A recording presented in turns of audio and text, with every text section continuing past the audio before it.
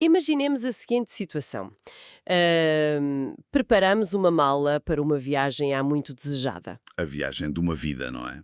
Exatamente, dobramos tudo com imenso cuidado, roupas leves, calções, óculos de sol, aquelas camisas de manga curta. Tudo pronto para o calor, Claro, porque o destino para onde vamos é, pelo menos na nossa cabeça e naquilo que nos contaram, um verdadeiro paraíso tropical. a expectativa é sempre de sol, descanso e de muito sucesso. Pois, a expectativa lá em cima. Mas depois o avião aterra, as portas abrem-se e levamos imediatamente com uma tempestade de neve gélida. Uau! Um choque térmico brutal. E nós nem sequer temos um casaco vestido. Imagina aquela desorientação inicial, aquele choque térmico absoluto entre o que idealizamos durante anos, E a realidade que nos bate de frente. nem mais. É avassalador. E hum, o pior é que essa tempestade de neve não é apenas meteorológica. Afeta logo todos os aspectos da vida de quem chega. Pois afeta. A realidade não tem qualquer tipo de clemência para com a falta de preparação. Especialmente quando essa falta de preparação nasce, tipo, de uma ilusão coletiva. Exatamente. E esse choque térmico é precisamente o que acontece a milhares de jovens angolanos que aterram em Portugal todos os anos. Sem dúvida. Hoje vamos fazer uma análise aprofundada, olhar com muita atenção para os dados e para os relatos extremamente reveladores do Sombracast Angola. São relatos muito duros. Muito. E queremos perceber como o chamado sonho europeu choca de frente com a realidade no terreno. A nossa missão nesta exploração de hoje é ir muito para além daquelas fotografias perfeitas e dos sorrisos que vemos nos ecrãs das redes sociais. Claro, aquilo que toda a gente partilha. Queremos expor e compreender a fundo os verdadeiros desafios. A burocracia, os obstáculos diários e os complexos conflitos de identidade que estes jovens enfrentam na sua busca incessante por uma vida melhor. E o que torna esta análise tão pertinente, e eu diria mesmo urgente, é o seu caráter universal. Como assim? Porque qualquer pessoa que nos ouça e que já tenha feito uma mudança de vida drástica, seja mudar de país, atravessar um oceano ou até, sei lá, mudar de carreira profissional. Sim, grandes saltos no escuro. Exato. Quem faz isso com base numa visão altamente idealizada, apenas para dar de caras com um cenário muito mais duro e implacável, vai rever-se neste abismo. Vai identificar-se totalmente. É uma lição muito crua sobre a enorme distância que tantas vezes existe entre aquilo que projetamos no nosso imaginário e aquilo que de facto somos forçados a viver no dia a dia. Sem dúvida alguma, fiquei muito impressionada com isto. É algo com que todos nós podemos e devemos aprender. Ok, vamos desconstruir isto. Vamos a isso. Antes de mergulharmos nas águas profundas das dificuldades e dos choques de realidade, temos de perceber a força gravitacional desta decisão. O que os puxa para cá, não é? Exato. O que é que os atrai, em primeiro lugar? Porque é que alguém deixa a sua casa, a comida da mãe, o seu conforto e os amigos para dar um salto no escuro a milhares de quilómetros de distância? É uma excelente pergunta. Os dados do SombraCast mostram que Portugal não é um destino escolhido à toa. Não é um dardo atirado a um mapa de olhos vendados. Não, de todo. Há um ímã muito forte aqui, não há? Sem dúvida. O que é fascinante aqui é como essa promessa da Europa é amplificada pelos laços históricos e culturais. Há uma familiaridade quase ilusória. A língua, suponho? A língua portuguesa partilhada é o primeiro grande atrativo, claro. Elimina a barreira inicial da comunicação, o que faz com que a mudança pareça logo à partida menos assustadora. Pois, não é como ir para a Alemanha sem falar alemão. Exatamente. Depois, há a percepção de uma maior facilidade de acesso ao ensino superior de qualidade. E, claro, a presença de comunidades africanas já bem estabelecidas em Portugal. Ter lá família ajuda sempre. Ter lá um tio, um primo ou até um conhecido da terra dá uma falsa sensação de rede de segurança. Faz com que o salto pareça menos um salto no escuro e mais um passo calculado. Mas as fontes revelam que quem parte não leva apenas a esperança de, sobreviver. Não é só isso. Não, o plano é muito maior. Leva na bagagem a convicção absoluta de que vai trabalhar na sua área de formação académica, que vai receber salários elevados, alcançar uma estabilidade económica super rápida e desfrutar de uma alta qualidade de vida. É a tal expectativa irreal. E acima de tudo há sempre aquele objetivo muito nobre, conseguir enviar dinheiro para ajudar a família que ficou em Angola. Exato. A Europa e Portugal como porta de entrada surge nesta narrativa quase como uma terra de oportunidades ilimitadas. Um Eldorado.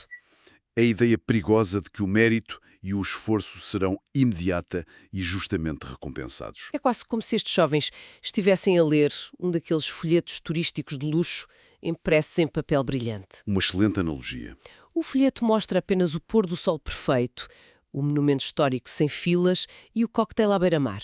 Mas viver na cidade, na prática diária, significa lidar com o trânsito caótico. Ou em Benguela tem um telemóvel com internet. Toda a gente conhece um primo, um vizinho ou um amigo da escola que já emigrou para Lisboa ou para o Porto. Sim, a informação devia circular. Como é que, no meio de tanta comunicação instantânea, esta dura realidade continua a ser um segredo tão bem guardado? Por que é que a ilusão sobrevive à era da informação? É uma contradição gigante, mas acontece porque a era da informação é, na verdade, a era da curadoria da informação. Ah, pois é. Nós não partilhamos a realidade, nós partilhamos os melhores momentos da realidade. A resposta reside numa mistura muito complexa de orgulho e de natureza humana. Orgulho. Isso pesa muito, não pesa? Imenso. Imagina o peso que está sobre os ombros de um jovem cujos pais muitas vezes venderam bens ou fizeram sacrifícios enormes para lhe comprar a passagem aérea e tratar dos vistos. É uma pressão gigantesca. A vergonha de admitir que as coisas não estão a correr bem, aliada àquele desejo profundo de não preocupar a família, isso faz com que se crie um filtro. O famoso viés de sobrevivência digital. Precisamente. Partilha-se a fotografia no Centro Histórico de Lisboa. Partilha-se o jantar fora ou a roupa nova que se comprou numa loja qualquer. Mas esconde-se o resto. Não se partilha a fotografia do quarto partilhado com 4 pessoas, nem as lágrimas de exaustão depois de um turno de 12 horas, nas obras ou nas entregas. Que sufoco!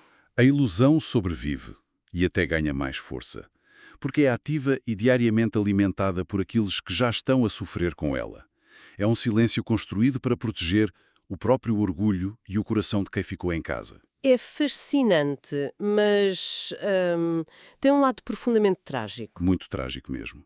E essa questão da ilusão digital leva-nos diretamente ao momento do impacto real, a tal tempestade de neve de que falávamos. O momento em que se pisa o chão português. O avião aterra, o tal folheto turístico desfaz-se e o primeiro grande choque acontece. E, segundo as nossas fontes no Sombracast, o grande abalo inicial não tem sequer a ver com o clima mais frio ou com a saudade da comida. É frio que dói mais. É o choque brutal da desvalorização profissional.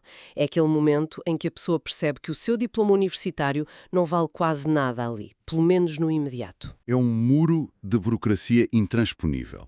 Os graus académicos obtidos em Angola, na esmagadora maioria das vezes, não têm qualquer tipo de reconhecimento automático ou rápido em Portugal. Isso deve ser muito frustrante.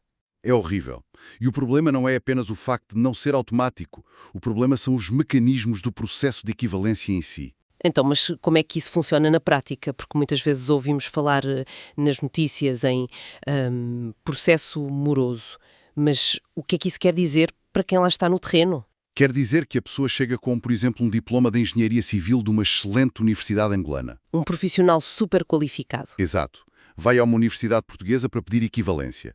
E dizem-lhe que os currículos não batem certo, que a carga horária de certas disciplinas é diferente. Ah, lá vêm os entraves. Teiros? E isso não deve ser de borla, pois não? Nada de borla. Cada um destes passos custa dinheiro, muito dinheiro. Estamos a falar de taxas universitárias que, frequentemente, ultrapassam o valor que essa pessoa vai ganhar num mês inteiro a trabalhar em Portugal. É um ciclo impossível. Para além disso, os processos arrastam-se por meses, às vezes anos, perdidos em secretarias e carimbos. E o resultado disso é o que nós vemos nas ruas.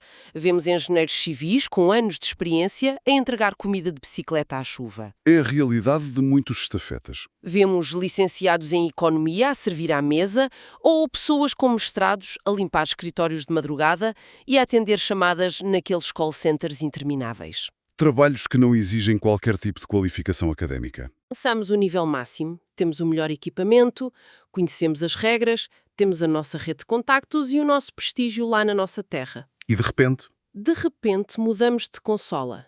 Entramos no servidor europeu e o sistema diz-nos: lamento, o teu progresso não conta aqui. Acabou o jogo. Vais recomeçar no nível 1, sem ferramentas, sem reputação e com as mãos completamente vazias. O impacto psicológico de perder a própria identidade profissional deve ser demolidor. E é demolidor.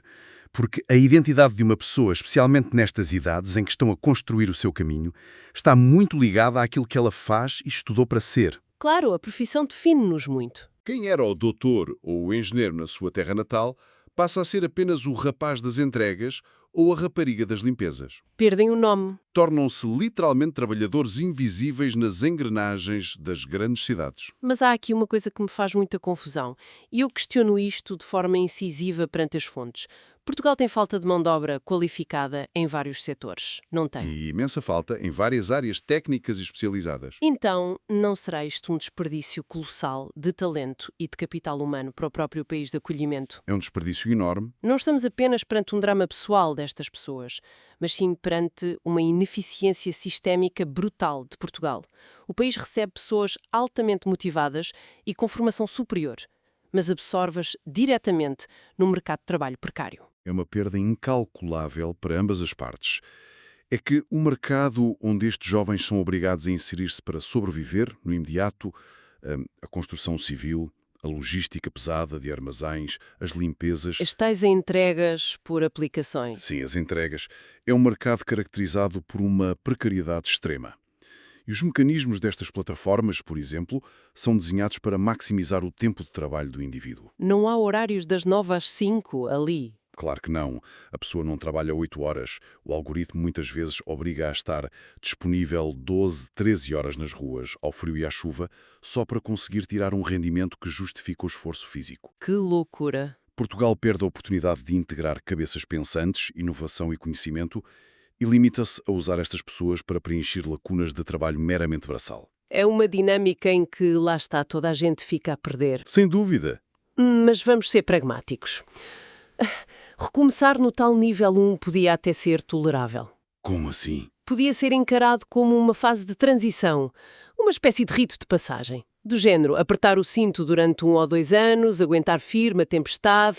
Isso garantiria a sobrevivência básica, permitiria construir alicerces e poupar dinheiro. O sacrifício temporário. Sim, na teoria faria sentido. Mas os dados do SombraCast mostram que a matemática simplesmente não funciona. Há uma armadilha financeira gigante à espera deles. Se ligarmos isto ao panorama geral, percebemos que o problema central é o custo fixo de existir nas cidades europeias atuais. E está cada vez pior. As fontes focam-se muito no altíssimo custo de vida em Lisboa e no Porto, que, ironicamente, são os polos que mais atraem a imigração por causa das falsas promessas de trabalho fácil. E o grande vilão desta história toda, imagino eu, é o mercado imobiliário. O grande e assustador vilão. A crise da habitação. A famosa crise de que tanto se fala. Exatamente. A pessoa tenta arrendar uma casa e percebe rapidamente que é impossível. Passa logo a procurar quartos. Põe-se a pesquisar num portal imobiliário qualquer e vê quartos minúsculos. Às vezes sem janela. Sim, muitas vezes nos arredores mais distantes da cidade, a custar 400 ou 500 euros por mês. O que é absurdo. Ora, se o salário mínimo líquido ronda os 700 e tal euros, a conta não fecha. O quarto absorve mais de metade, às vezes 2/3 de todo o rendimento do mês. Pois, e com o resto não se faz milagres.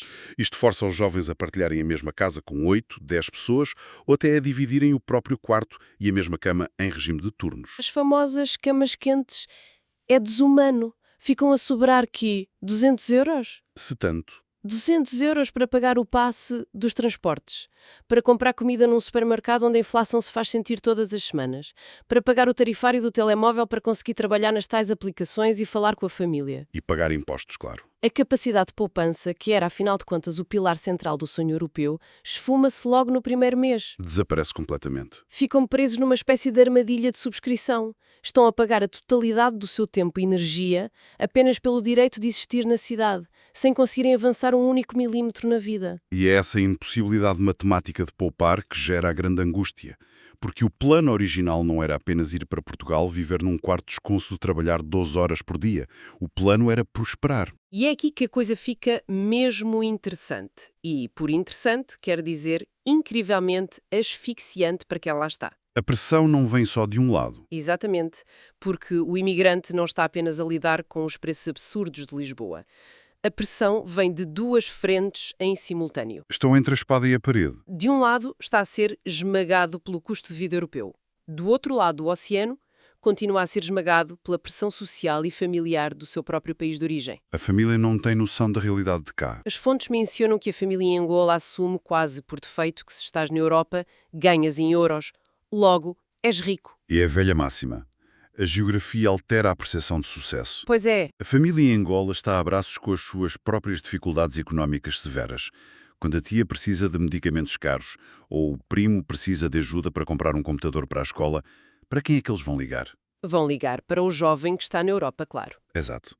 Há uma expectativa fortíssima de que o imigrante envie dinheiro com regularidade e até que financie pequenos negócios locais ou pague obras na casa da família lá em Angola. O que gera uma dissonância cognitiva que, francamente, deve dar cabo da cabeça de qualquer um. Completamente. Pensa bem, tens o jovem que, em Lisboa, está no supermercado a fazer contas aos cêntimos para decidir se pode comprar carne ou se vai comer apenas massa com salsichas durante mais uma semana, Uma sobrevivência pura. mas, na cabeça da sua família em Luanda, ele é o familiar que venceu na vida, a pessoa rica a quem se pode pedir dinheiro a qualquer altura. Como é que se gera isto? O orgulho entra aqui a pés juntos, não é? O orgulho torna-se uma mordaça. A pessoa não tem coragem de dizer: mãe, pai, não vos posso mandar 50 euros porque se mandar eu não pago o passe e não vou trabalhar amanhã. A vergonha de admitir o aparente fracasso impede a comunicação honesta.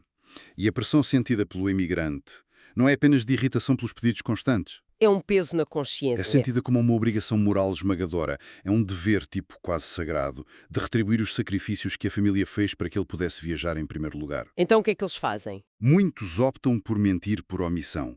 Dizem que está tudo a correr bem, cortam ainda mais na sua própria alimentação ou nas poucas horas de sono para arranjar um segundo ou terceiro trabalho. Tudo só para manter a fachada. Só para conseguirem enviar uma pequena quantia para Angola e manterem as aparências de sucesso. Sofrem, mas sofrem num silêncio absoluto. E esse silêncio cobra-se sempre fatura, cedo ou tarde. O corpo e a mente não aguentam. Esta pressão insustentável financeira e familiar empurra as pessoas para um ponto de ruptura inevitável. Segundo os dados, o maior custo desta imigração não é o financeiro. Qual é? É um custo invisível, a saúde mental. Ah, claro. Começa a surgir uma solidão muito, muito profunda. A tal saudade da família transforma-se em algo muito mais clínico e asfixiante quando não se tem uma verdadeira rede de apoio. Estão completamente isolados. Se a pessoa adoece ou fica sem trabalho por uma semana, não há ninguém a quem recorrer. Não há rede. Os relatos no SombraCast apontam para casos muito graves de depressão, ataques de ansiedade constantes e um sentimento crónico de fracasso. É o tal preço invisível que ninguém vê no Instagram. Exatamente. O filtro esconde isso tudo. E a esse estado de vulnerabilidade psicológica junta-se muitas vezes o próprio ambiente externo. Sim, a sociedade de acolhimento. O processo de integração, que já é uma montanha íngreme de escalar devido às questões económicas e laborais que já referimos, depara-se ainda com enormes barreiras sociais. E isso é uma camada extra de dor. E sobre isso as fontes são muito claras e os relatos no SombraCast levantam um ponto mais pesado e complexo que temos de abordar com imparcialidade. Certo. Os materiais partilhados contêm testemunhos diretos de imigrantes que esbarram em episódios de discriminação, racismo e xenofobia no seu dia-a-dia. Isso agrava tudo. Os relatos descrevem um preconceito cultural latente, que se manifesta, por exemplo, na desconfiança extrema ao tentar arrendar uma casa, em comentários depreciativos nos transportes públicos ou num tratamento muito desigual e injusto no local de trabalho. E tudo isto acontece num país Num país que, para o exterior e para o turismo, se projeta como sendo de brandos costumes e extremamente acolhedor. Estas atitudes reportadas tornam o ambiente ainda mais hostil para quem já está no seu limite emocional e físico. Isto levanta uma questão importante sobre o impacto na identidade do próprio indivíduo. Uma crise de identidade, no fundo. Completamente. Pensa comigo, quando te retiram o teu estatuto profissional, quando te retiram a paz e a segurança financeira mais básica, e quando a própria sociedade onde te tentas integrar te coloca rótulos ou obstáculos extra, baseados apenas na tua origem, O que é que sobra da pessoa? ocorre um apagamento. Um apagamento da pessoa. O conflito identitário é profundo. As fontes do podcast partilham que as perguntas que não deixam estes jovens dormir são profundamente existenciais. Questões como, será que isto valeu a pena? Exatamente. Perguntam-se a si mesmos, será que este sacrifício todo valeu a pena? Estou sequer mais perto do futuro que imaginava? Ou estou apenas a tentar sobreviver numa geografia diferente e mais fria? E quem sou eu no meio disto tudo? E afinal, quem sou eu agora? Já não sou o engenheiro respeitado em Angola, mas também não sou o homem rico que a minha família acha que sou em Portugal. Fico num limbo. Há um esgotamento extremo provocado pelo esforço contínuo e diário de manter uma vida dupla, a vida precária que o corpo aguenta na rua e a vida próspera que o perfil digital projeta na internet. E aqui encontramos a ironia mais cruel de todo este sistema. É o círculo vicioso perfeito e terrível. E que se autoalimenta. As redes sociais são usadas pelo imigrante para manter a ilusão perante a família lá longe, para não os desiludir e, claro, para proteger a própria honra. Certo. No entanto, são precisamente essas imagens artificiais, o vídeo a passear na praia de Carcavelos num domingo, a foto com o copo na mão num mirador bonito de Lisboa, que vão servir de combustível para o desejo do próximo jovem em Angola. É assim que a roda gira. O vizinho ou o primo mais novo está no sofá, vê aquilo no telemóvel e pensa logo: eu também quero ir, aquele está cheio de sorte. Sem saberem a verdade por trás da foto. O imigrante sofre horrores por causa de uma expectativa irreal. Mas a sua forma de gerir essa dor, escondendo-a com filtros, acaba por criar expectativas igualmente irreais na geração seguinte. A grande ilusão perpetua-se sozinha. É um mecanismo social impressionante e assustador. A desconexão total entre aquilo que acontece no ecrã do telemóvel e aquilo que acontece na rua. É este o verdadeiro motor que continua a encher os voos com destino à Europa todos os dias. É um ciclo difícil de quebrar. Mas temos de ser justos com o material do SombraCast. Eles não se limitam a fazer este diagnóstico sombrio e depressivo e a parar por aí. Ainda bem. Há alguma luz ao fundo do túnel? Sim. O material mapeia também a resistência. Mostra que a passividade e a desistência não são a única resposta à adversidade para muitos destes jovens. Então, o que é que isto tudo significa? Significa que bater de frente com a realidade mais dura não é necessariamente o fim da linha para todos eles. Não de todo. O que percebemos ao olhar para os dados todos é que há caminhos de superação notáveis para quem decide fincar os pés no chão e lutar contra a maré. Que tipo de caminhos? Apesar de todo o cansaço das 12 horas de trabalho físico, há jovens que iniciam e levam até ao fim o tal processo doloroso e caro de revalidação dos seus diplomas. Demora, mas conseguem. Não desistem. Há outros que percebem rapidamente que o mercado exige coisas diferentes e decidem apostar na reinvenção total de si mesmos, procurando cursos técnicos ou novas formações que estejam mais adaptadas às lacunas do mercado europeu. Vão à procura de se adaptarem. E o empreendedorismo? Esse é um ponto crucial. Há aqueles que, recusando-se a ser absorvidos e esmagados por empregos precários, encontram no empreendedorismo a sua verdadeira saída, abrindo pequenos negócios e, muitas vezes, prestando serviços essenciais à própria comunidade imigrante que lá está. E aí que as coisas começam a mudar de figura. E o ponto-chave dessa superação, apontam as fontes, é a criação de novas redes. É deixar de depender apenas daquela falsa rede de segurança inicial do familiar que já lá estava, que tantas vezes falha. E passar a fazer o quê? Começar a construir verdadeiras redes de contacto, comunidades de interajuda e solidariedade, quer seja em associações de bairro, grupos informais ou até igrejas. Criar uma nova família, no fundo. Exato. O objetivo final do imigrante rapidamente deixa de ser chegar à Europa, porque isso, afinal de contas, era só a viagem de avião. Isso era a parte fácil. O verdadeiro objetivo passa a ser transformar a mera sobrevivência diária uma vida com dignidade e com um propósito real. Emigrar não é uma varinha mágica. O SombraCast deixa isso muito, muito claro em todas as suas emissões. É uma desconstrução total. É um processo lento, demorado e muitas vezes violento de desconstruir mitos antigos e reconstruir uma identidade a partir do zero absoluto. É ter de deitar fora aquele folheto turístico imaginário de que falámos logo no início e começar a usar as próprias mãos, calejadas, para construir o tal casaco para aguentar a tempestade de neve que não estava prevista. Uma excelente forma de colocar a questão. E essa imagem da tempestade de neve leva-nos a um último pensamento. Uma reflexão que me ocorreu e que nasce de todas estas dificuldades que analisamos hoje. Conta-me. Obriga-nos a recuar, olhar para o mapa com outros olhos e pensar a muito, muito longo prazo. Estamos a olhar para o panorama geral. Nós falamos sempre com muita preocupação da tal fuga de cérebros de Angola. As mentes brilhantes, o talento jovem que o país perde todos os anos. E que é uma preocupação muito válida. Angola perde imenso capital humano. Claro, e falamos do facto triste de esses cérebros irem para Portugal para, como vimos, lavar pratos, trabalhar em obras ou entregar comida à chuva. No imediato é uma perda terrível para Angola. Mas e se olharmos para o futuro daqui a 20 ou 30 anos? Para onde é que queres chegar com isso? Pensemos bem.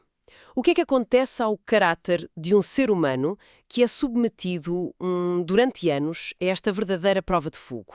Ganha uma carapaça impressionante. Este nível absurdo de choque cultural. Há necessidade absoluta de ser incrivelmente resiliente todos os dias, de aprender a contornar burocracias lentas, de gerir orçamentos que parecem matematicamente impossíveis. E de sobreviver num ambiente onde, convenhamos, as regras do jogo estão quase sempre contra ele. Exatamente!